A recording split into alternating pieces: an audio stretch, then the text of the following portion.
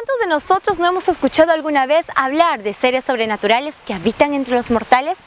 Nuestra querida Amazonía está plagada de historias místicas sobre personajes que, aunque varios nunca hemos visto, muchos consideran tan reales como las personas con las que interactuamos a diario.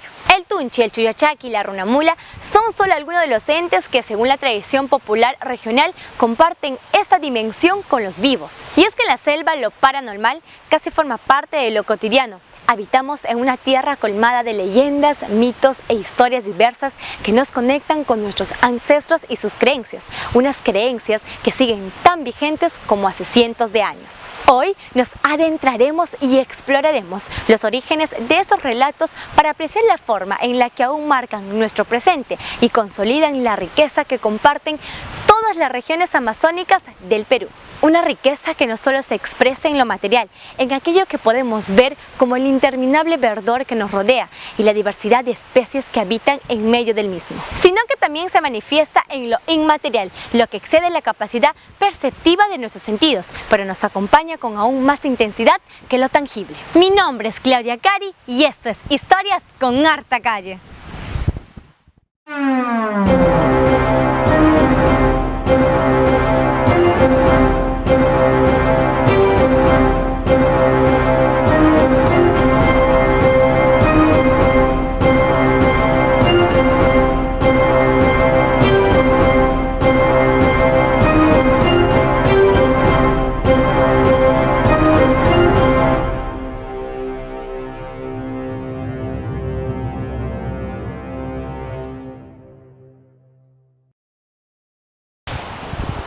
Hablar de mitos y leyendas de la selva es hablar de lo sobrenatural, por supuesto, pero también de la naturaleza. Muchas de las historias que han pasado de generación en generación entre los amazónicos guardan un vínculo intrínseco con el medio ambiente y con la exuberancia característica de la selva. Ejemplo de esto es el que quizás sea el ser mítico más conocido de la cosmovisión amazónica, el Tunche o Tunchi, como suele ser llamado más allá de las fronteras de nuestra región.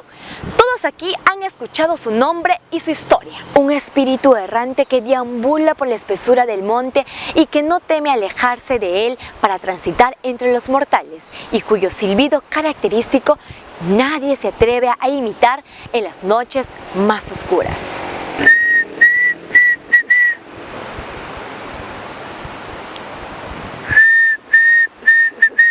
La selva nunca descansa, nunca está en silencio, porque siempre está presente el murmullo de los animales y el viento que se desliza por los silentes e imponentes árboles, excepto cuando él aparece. Un silencio tan macabro como absoluto antecede la tétrica melodía que marca el andar del Tunchi, la misma que se hace cada vez más intensa cuando se propone atormentar a alguien o convertirse en un mal presagio. Su silbido puede ser sinónimo de enfermedad o muerte, pero también de salvación, al menos para la Amazonía. Y es que algunas versiones del mito, las que como en toda historia mítica suele variar sustancialmente dependiendo de la localidad, afirman que esta entidad, surgida de la desdicha de quienes fallecen en medio de la selva, persigue a quienes dañan el bosque que le da cobijo y en cambio evita castigar con su presencia a quienes le defienden. Como veremos más adelante, no son pocas las leyendas que, en sus versiones más antiguas, guardan un mensaje de cuidado por el medio ambiente. Y es que nuestros antepasados siempre la tuvieron clara.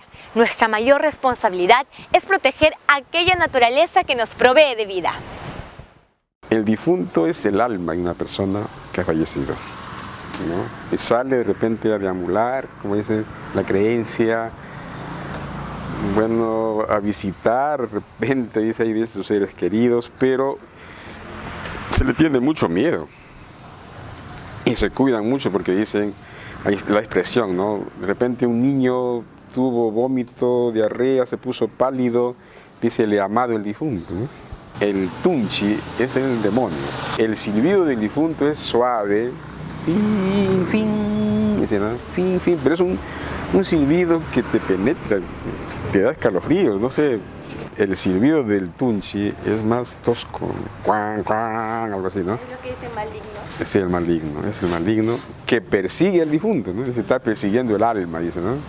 Siempre tiene un trasfondo muy religioso. La leyenda del Tunchi, aquel ente que vaga por los senderos perdidos en la frondosa selva amazónica, ha atormentado por centurias a quienes viven en ella. Muchos, aún en nuestra época, afirman con convicción haber escuchado aquel terrorífico y escalofriante silbido que anuncia su presencia. Gran parte de los testimonios que respaldan la existencia del Tunchi tienen como escenario el monte, cuya espesura combina penumbras y sombras para crear así el ambiente ideal. Ese que aquel espíritu atormentado aprovecha a la perfección de tal forma que logra hundir a su víctima en la más profunda angustia y desesperación. No existe caserío, pueblo o localidad en la Amazonía peruana en la que nadie dé fe del accionar del temido Tunchi. La mayoría asume que un acercamiento suyo siempre connota desdicha, por lo que los pobladores que son conscientes de su capacidad de hacer daño suelen reprender a quienes no muestran el respeto suficiente.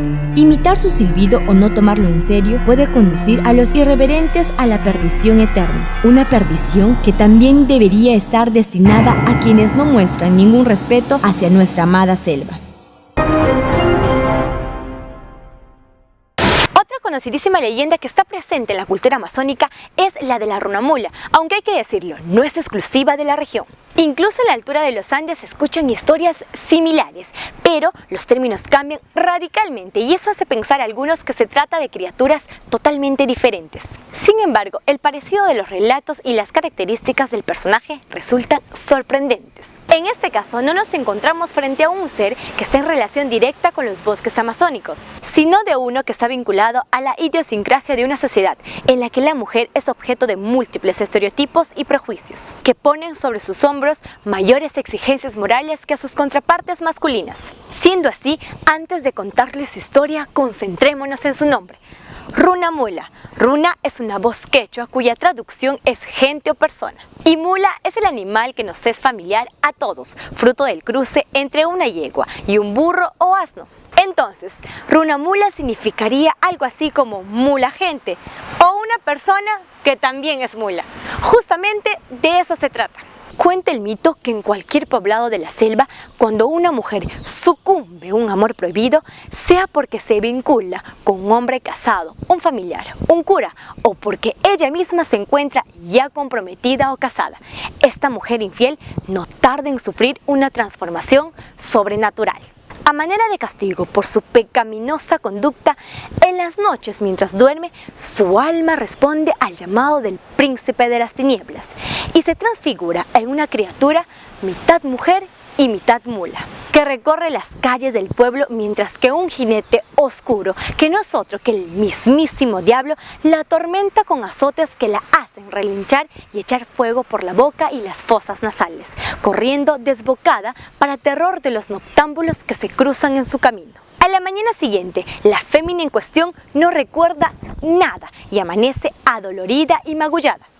Indudablemente, un gran martirio les espera a las mujeres pecadoras. ¿Y a los hombres?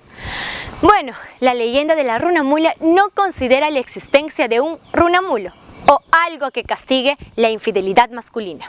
Como ya dijimos, las exigencias hacia nosotras han sido mayores desde hace bastante tiempo y eso se trasluce incluso en la mitología. Aún hoy la situación de la mujer en la Amazonía es preocupante por los altísimos índices de feminicidio y maltratos de todo tipo. Ojalá el diablo de nuestra historia también castigara a los cobardes que se atreven a levantar la mano contra una de nosotras. Recuerden, nada justifica la violencia, sea verbal, psicológica o física, ni siquiera el merecer ser convertida en runamula, o por qué no, runamulo. Nada, un amor no correspondido merece tu indiferencia o tu olvido, jamás tus golpes. Este mito de la runamula tiene un trasfondo religioso, ¿no? Porque esto se involucra mucho con el comportamiento de la persona y más que todo a la mujer que traiciona a su esposo siendo casada religiosa, siendo casada por la iglesia, ¿no? Que en sí manifiesta de hecho un trasfondo de un pecado, ¿no? Esta mujer, además de cometer por supuesto este tipo de una actitud de infidelidad, también pues se involucra en otros pecados, ¿no? En otras cosas que no están dentro del buen comportamiento, viendo desde el punto de vista religioso, ¿no? La toma, esta mujer sufre una metamorfosis, ¿no? Se convierte en mula, en medio de gritos, en un espacio de horror, ¿no? De miedo. La infidelidad femenina, aquella que desafía algo más importante que la lealtad y la reciprocidad propias del amor monógamo y constituye una grave ofensa al ego y orgullo masculinos, inspira una historia que todavía tiene muchos adeptos en toda la Amazonía. Y es que, en una sociedad como la nuestra, el pecado en una mujer automáticamente se convierte en escándalo. Y, como reza un antiquísimo dicho, Dios perdona el pecado pero no el escándalo. Algo que, aunque resulte injusto, no sucede en el caso inverso. Más allá de la leyenda, el hombre infiel no suele ser objeto de sanciones morales, o al menos, estas no se aplican con la misma rigurosidad que a las féminas. De hecho, el tener varias parejas, más aún si es al mismo tiempo, es tomado como un signo de virilidad, un símbolo de masculinidad que enorgullece a cualquiera que se considere macho. En cambio, la poligamia es muy mal vista en las mujeres. Lejos de producir orgullo, en ellas es sinónimo de vergüenza, recibiendo el rechazo de toda su comunidad. La mitología, como no podía ser de otra manera, también es reflejo de nuestra visión del mundo, así como de las taras y prejuicios que la misma implica. Es momento de hablar de una de las leyendas más populares de la selva peruana, el Chuyachaki, una especie de duende o gnomo amazónico que guarda una profunda conexión con los bosques propios de esta región.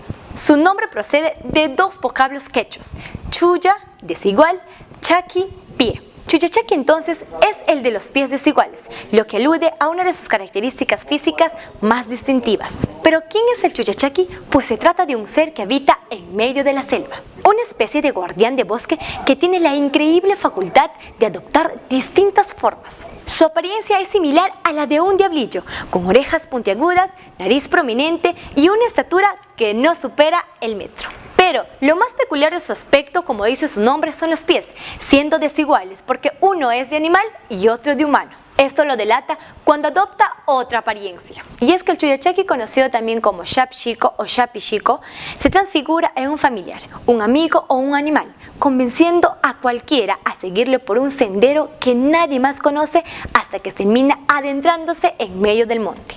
Imagínenselo, estar perdido en medio de la selva y darse cuenta recién allí cuando tu acompañante se desvanece. Ese es el fatídico destino de quienes transitan a solas por los dominios del Chuyachaki, aquel guardián que detesta a los intrusos. Tristemente, este ser no ha podido detener la depredación que sufre en nuestra selva. Esperemos algún día el gobierno haga lo que el mítico Chuyachaki no pudo hacer por sí solo, proteger el verdor de los bosques. Conversado con mucha gente y he recibido de ellos muchos testimonios de experiencias con personajes míticos, ¿no? El caso más resaltante es la presencia del Chuyachaki, ¿no? En muchos espacios de vivencias de esa zona, ¿no? Donde los cazadores dan su testimonio, ¿no? De haberse encontrado con ese personaje mítico, ¿no? Y bueno, son vivencias testimoniales de personas que todavía existen, ¿no? Que ellos manifiestan con certeza de haberse encontrado con ese tipo de personaje mítico, del famoso Chuyachaki, ¿no? El mítico guardián de los bosques amazónicos, el Chuyachaki, mantiene su leyenda vigente a pesar del inclemente paso del tiempo. Su presencia en la selva se considera tan natural y propia de la misma como la del resto de especies animales y vegetales que la habitan. En la espesura del monte se da por descontada su existencia. Nadie que dependa directamente del bosque para subsistir se atreve a poner en duda el poder del Shapshiko. Y es que este pequeño ser posee facultades capaces de poner en riesgo la vida de cualquiera. La Amazonía es su dominio y no tiene problemas para dejárselo bien en claro a quien se atreva a irrumpir en este sin procurar su cuidado. La facilidad con la que el Chuyachaki desorienta y hace que sus víctimas se extravíen en pleno verdor selvático es solo comparable a la fiereza con la que protege al hábitat que le da cobijo. En definitiva, se trata del personaje más vinculado con el medio ambiente de nuestra región, de entre los que son más recurrentes en su cultura popular. Otra historia muy contada de generación en generación en toda la Amazonía del Perú es la del Yacuruna. El Yacuruna es una especie de deidad del agua que impone su voluntad en los ríos, lagos y quebradas de nuestra selva. Cuentan que suele trasladarse por estos, ataviado con feroces boas y caparazones de taricayas y charapas, montado en un enorme lagarto negro. Y es que el Yacuruna es capaz de comunicarse con los animales acuáticos de la selva, dominándolos para ponerlos al servicio de sus propósitos. Además de ese enorme poder, también es capaz de transformarse en un atractivo hombre cuando se propone conquistar damiselas. Según varias versiones del mito, aparenta ser un extranjero cuando se infiltra en las fiestas de los pueblos, donde baila y seduce a la joven que le resulte más atractiva. A partir de ese día, la elegida comienza a frecuentar el río de forma extraña e inusitada, donde el Yacuruna, transmutado a un delfín rosado, se encuentra con ella. Si familiares o amigos no reaccionan a tiempo, la mujer terminará lanzándose al agua para no regresar jamás, pues el Yacuruna le retendrá para siempre en las profundidades donde habita. Algo similar a lo que le puede pasar a los hombres con las sirenas, otro mito que está muy presente en la cosmovisión amazónica. Cuando alguien desaparece en algún lago de la selva, se dice siempre que una de ellas se lo llevó para tener un encuentro amatorio y luego dejarlo morir. En este último caso también se vincula a esta entidad con el delfín rosado, más conocido aquí como bufeo colorado, una especie propia de la cuenca del Amazonas que se encuentra en la lista de especies amenazadas. El bufeo, que ha inspirado tantas leyendas e historias, es cazado por pescadores, quienes lo ven como un estorbo por su habilidad para robarles peces, y hasta por chamanes y brujos, quienes le atribuyen propiedades y facultades por su rol en la mitología local. Sin embargo, aunque lo descrito es más que lamentable, no constituye la principal amenaza que enfrenta el delfín rosado. El principal desafío para la supervivencia de esta especie es la destrucción de su hábitat. Año tras año se pierden miles de hectáreas de bosque amazónico, disminuyendo el caudal y la biodiversidad de sus ríos, su principal sustento. A este paso, el bufeo solo será un recuerdo, un ser como el Yacuruna, presente solo en mitos y leyendas. Un maderero por la ruta de Ucayali, ¿no? Se había instalado en una zona y tenía a su esposa muy guapa. Y esta señora se iba, señora muy joven, se iba a lavar al río, a lavar su ropa, a bañarse, y salía un bufeo colorado y se ponía a danzar delante de ella. Y ella se lo ponía a contemplar, el bufeo bailaba delante de ella y luego se iba.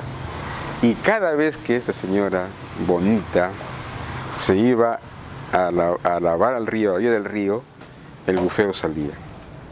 Un día pues lo ha visto el suegro, ¿no?, de la chica, el papá de su esposo. Bueno, pues ya le llamó la atención y bueno, pues puesto como celoso también, ¿no? Y imagínense, le disparó un balazo al bufeo y lo mató.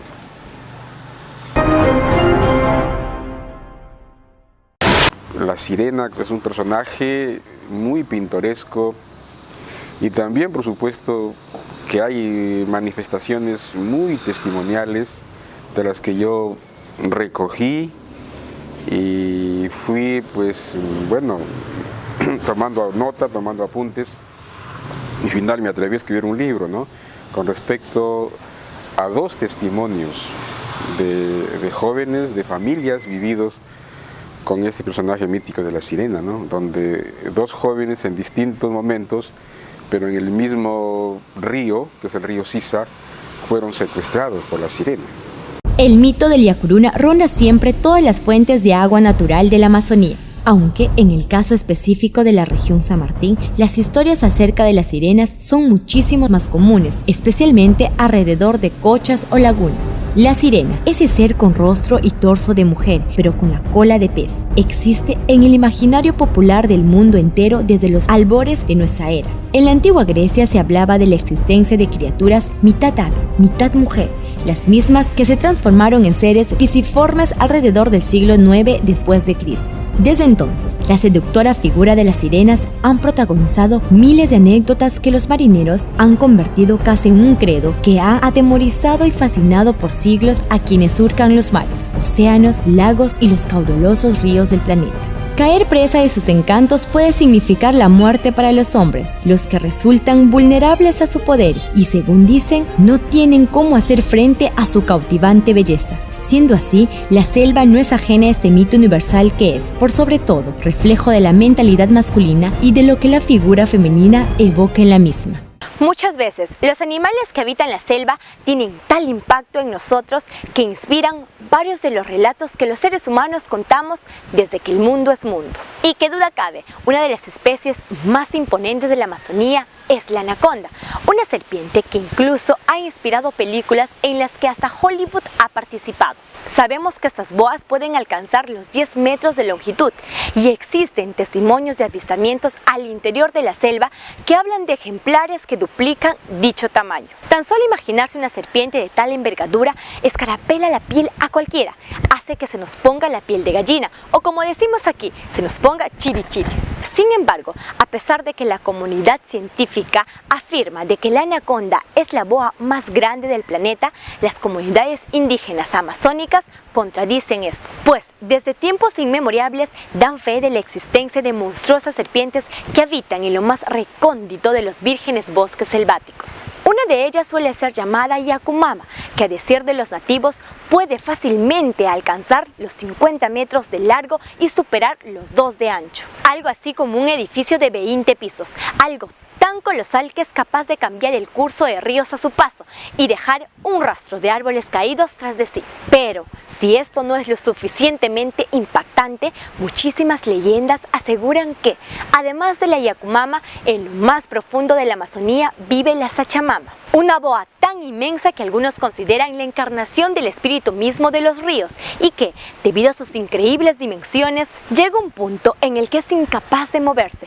quedándose permanentemente inmóvil y mimetizándose con el entorno. Quien pasara por su lado pensaría que se encuentra en presencia de un accidente geográfico o cualquier otra cosa. Solo el rápido movimiento de su enorme mandíbula advertiría al infortunado de la presencia de la Sachamama. Aunque ya sería demasiado tarde, pues en solo segundos acabaría devorado por la reina indiscutible de la selva amazónica. Una celosa guardiana de los secretos mejor guardados de una región del mundo que parece esconder misterios fascinantes. La Yakumama, lo que la llaman pues la madre del agua, de una gran serpiente, ¿no? Una gran serpiente que vive en las cochas. Dentro de la selva hay serpientes grandes, ¿no? Pero la han visto y le han dado una cierta imagen de misterio, ¿no? De respeto también a esa gran serpiente, y la han tomado como madre de la laguna que existe, madre de la cocha, ¿no?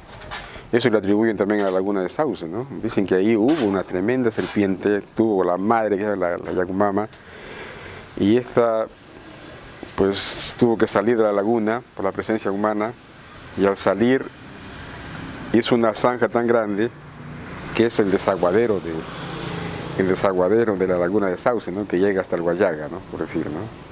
La Sachamama es una serpiente de tierra, terrícola, ¿no? Es una especie de boa de la tierra que vive fuera del agua.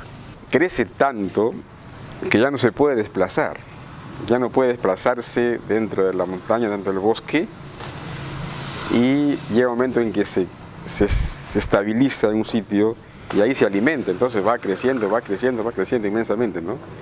Inclusive los árboles crecen encima, las raíces crecen encima de ella, pero ella está ahí escondida dentro de la selva, dentro de la inmensidad de la selva, y hay ese temor, ¿no? De la gente que en tal sitio puede haber bueno, ahora con la depredación que existe ya todos los mitos están corriendo también.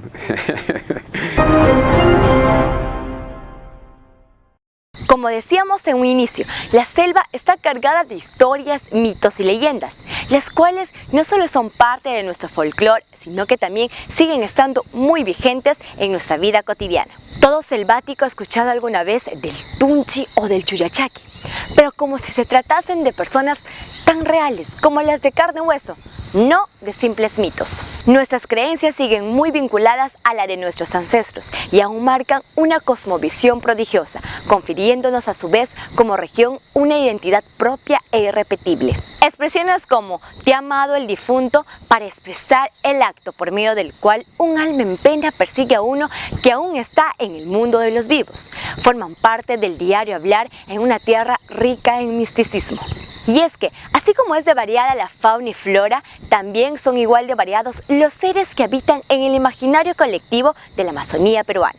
En este programa solo hemos podido abordar algunas de las leyendas más conocidas, pero las historias que se cuentan por aquí son muchísimas. Y nunca faltan testimonios para respaldarlas, lo que quizás sea reflejo de nuestra fascinación por la exuberante naturaleza que nos rodea. Porque, indiscutiblemente, la principal fuente de inspiración de los relatos que se cuentan aquí por centurias es siempre la selva y los secretos que parecen guardar sus intrincados y jamás silenciosos bosques, de una belleza cautivante y enigmática. Viéndolo así, parece hasta lógico pensar que solo lo sobrenatural puede explicar tan sobrecogedora hermosura. En una tierra mágica, quizás no sea tan descabellado pensar que la magia existe.